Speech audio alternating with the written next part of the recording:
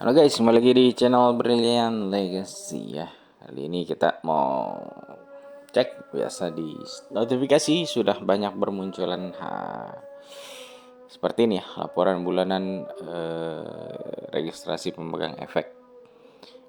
Oke, ini juga ada PGO, Akra ya, itu udah lumayan banyak gitu ya. Apa sih itu? Nah, kita coba cek contohnya di Akra. Kita langsung aja buka sahamnya ke profil ya. Lanjut ke bawah. Nah, di sini ada jumlah pemegang saham. Nah, disitulah yang dimaksud dari laporan ya tadi gitu ya. Berarti untuk laporan pemegang saham, jumlah pemegang sahamnya sudah diupdate gitu per bulan Mei, 31 Mei gitu. Dan itu biasanya bertahap ya, nggak semuanya langsung di awal bulan gitu ya, kasih laporan. Nah, itu biasanya bertahap tuh sampai tengah bulan, kadang masih ada yang ngirim gitu. Oke, di sini kalau lihat Akra ya udah ada 900 orang gitu yang keluar di bulan Mei. Gitu. Entah cut loss, entah taking profit ya kita nggak tahu. Gitulah ya. Mungkin lebih ya. Maksudnya tuh ada, pastinya kan ada yang keluar, ada yang masuk gitu lah ya.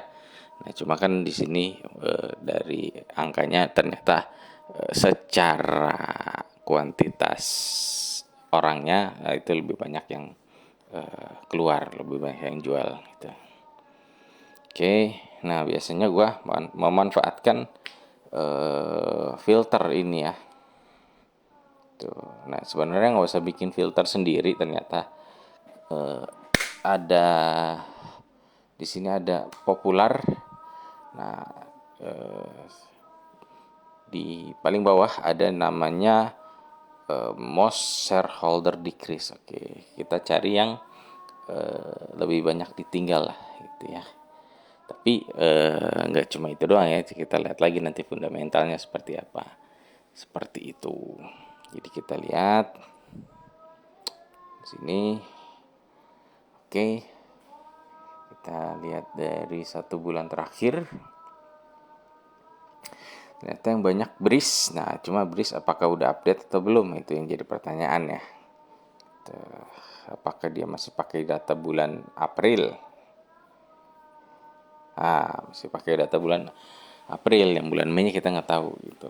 Biasanya mungkin yang banyak-banyak ini agak lama kali ya ngirim laporan itunya. Laporan pemegang efek yang terbarunya. Kalau tadi si Akra ya, Akra itu kan ada di 900-an, tapi nggak ada di sini ya. Gitu. Kenapa ya? Gitu. Oh, mungkin ada syarat-syarat lain di sini ya yang nggak dipenuhi gitu misalkan.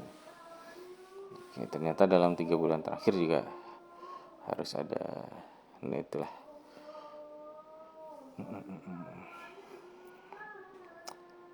Oke, jadi intinya cek aja di sini, ya, terus pastiin lagi gitu ya, udah yang per bulan Mei atau belum gitu.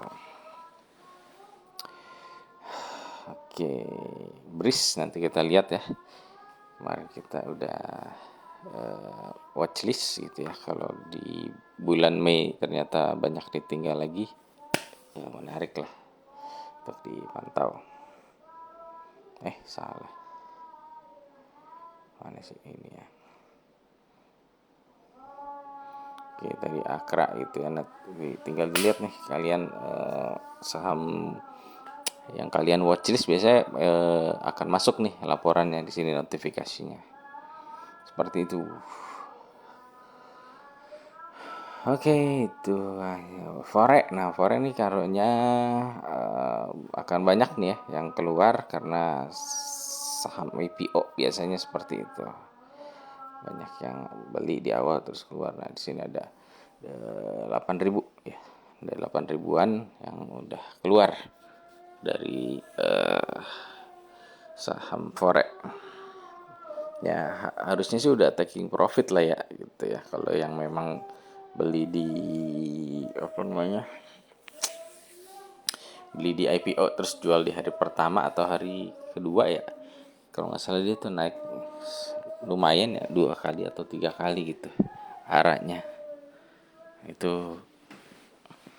Ya gua termasuk yang ikut ya, jadi gua udah jual gitu ya, memanfaatkan momentum IPO aja seperti itu. Jadi kalau saham-saham IPO biasanya akan banyak tuh emang. Seperti itu tuh RJA sama gitu ya. Apakah ada yang menarik? Nah, oke, VKTR kita punya nih, kita lihat.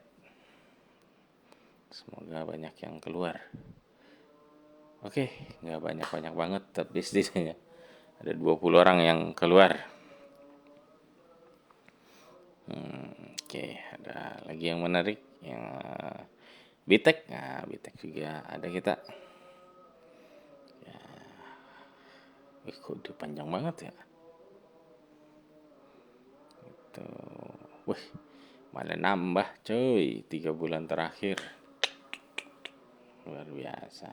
Berarti pertanda mungkin udah harus taking profit dulu kali kita nih.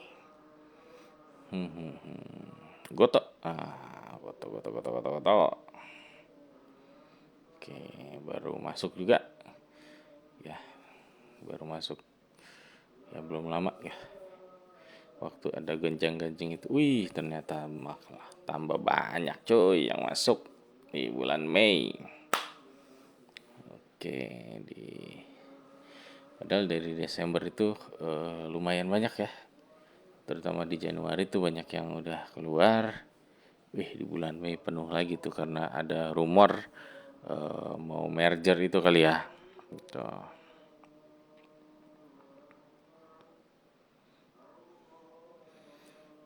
Oke. NCKL Nikel. Tapi gua nggak pegang, gua buka aja yang kita pegang ya. Adaro. Oke, Adaro. Kita lihat seperti apa nih. BTW Adaro mau bagi dividen juga. Lumayan lah itu, nggak terlalu gimana-gimana, ada di angka 150-an ya, mungkin ada di angka 7 atau 8% kali ya. Oke, ternyata nambah juga. Wah, luar biasa nih. Ada RO. Gue kira bakal banyak yang taking profit ya. Setelah naik ke angka 2000-an kan sempat ke 1000 berapa tuh, 1600 apa. Oke. Ternyata malah banyak yang beli. Tuh. Pegas juga. Pegas nggak punya sih sebenarnya. Udah jual lama, cuman kita lihat aja deh. Oke.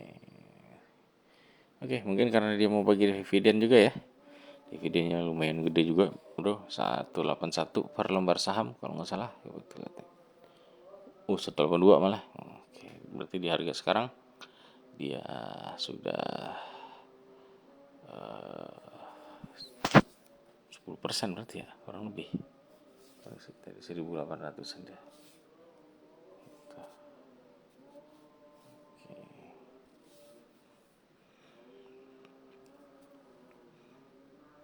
PTBA.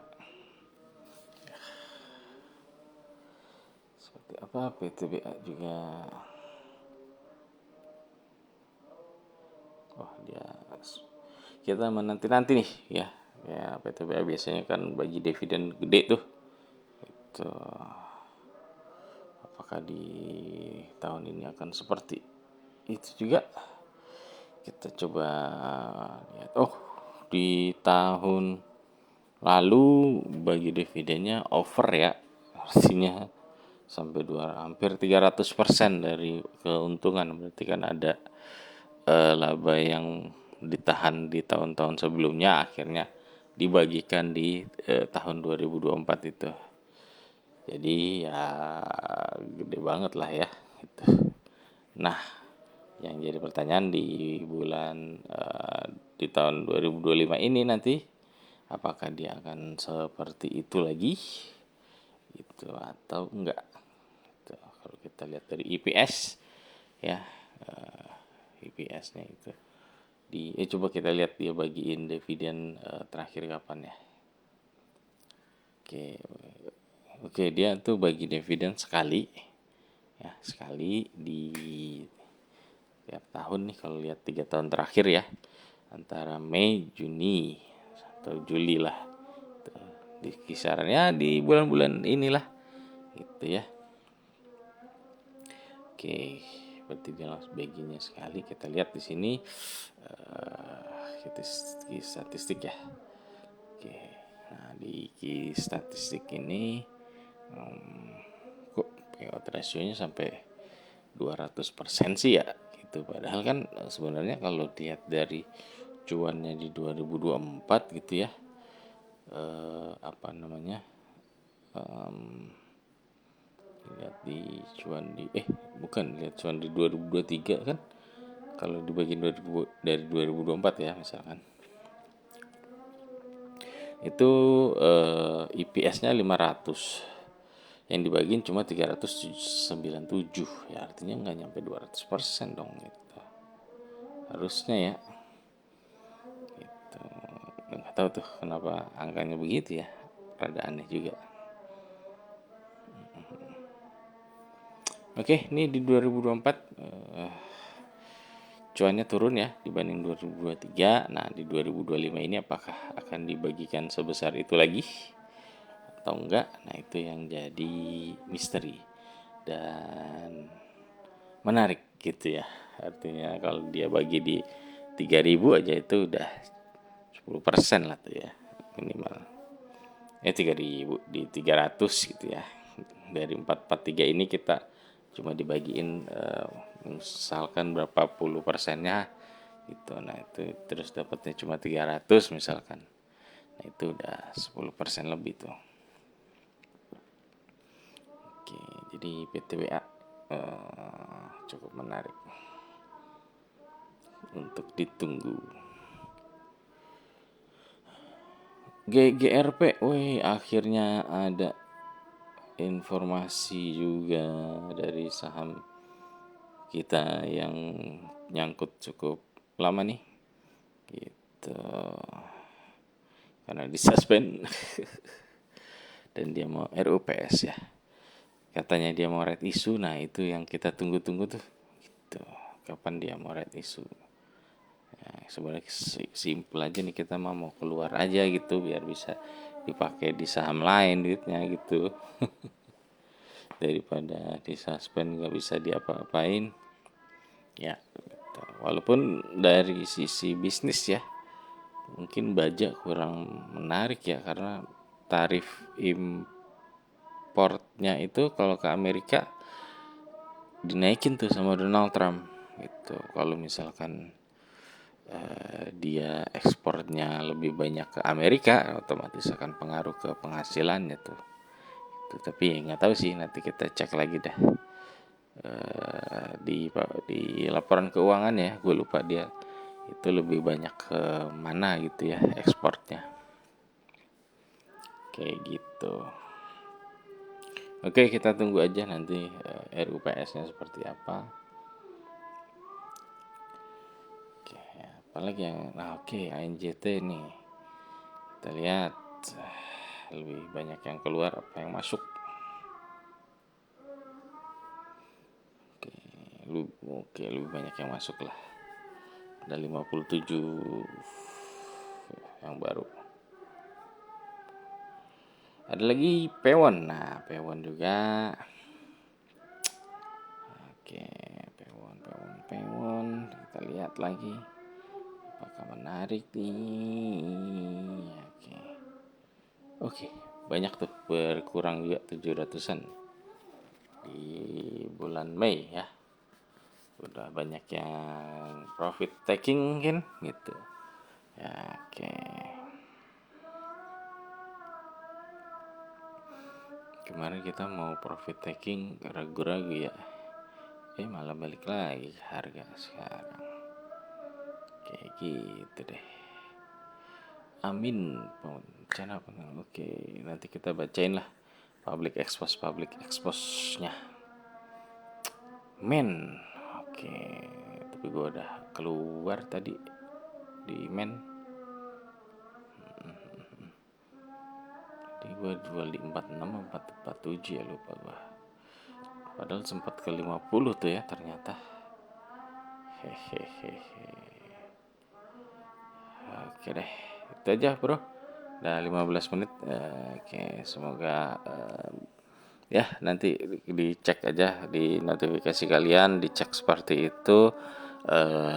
Di bulan ini saham-saham yang kalian watchlist itu lebih banyak investor barunya itu, atau investor retailnya, atau makin berkurang investor retailnya, seperti itu ya. Oke, itu aja, semoga bermanfaat. Thank you.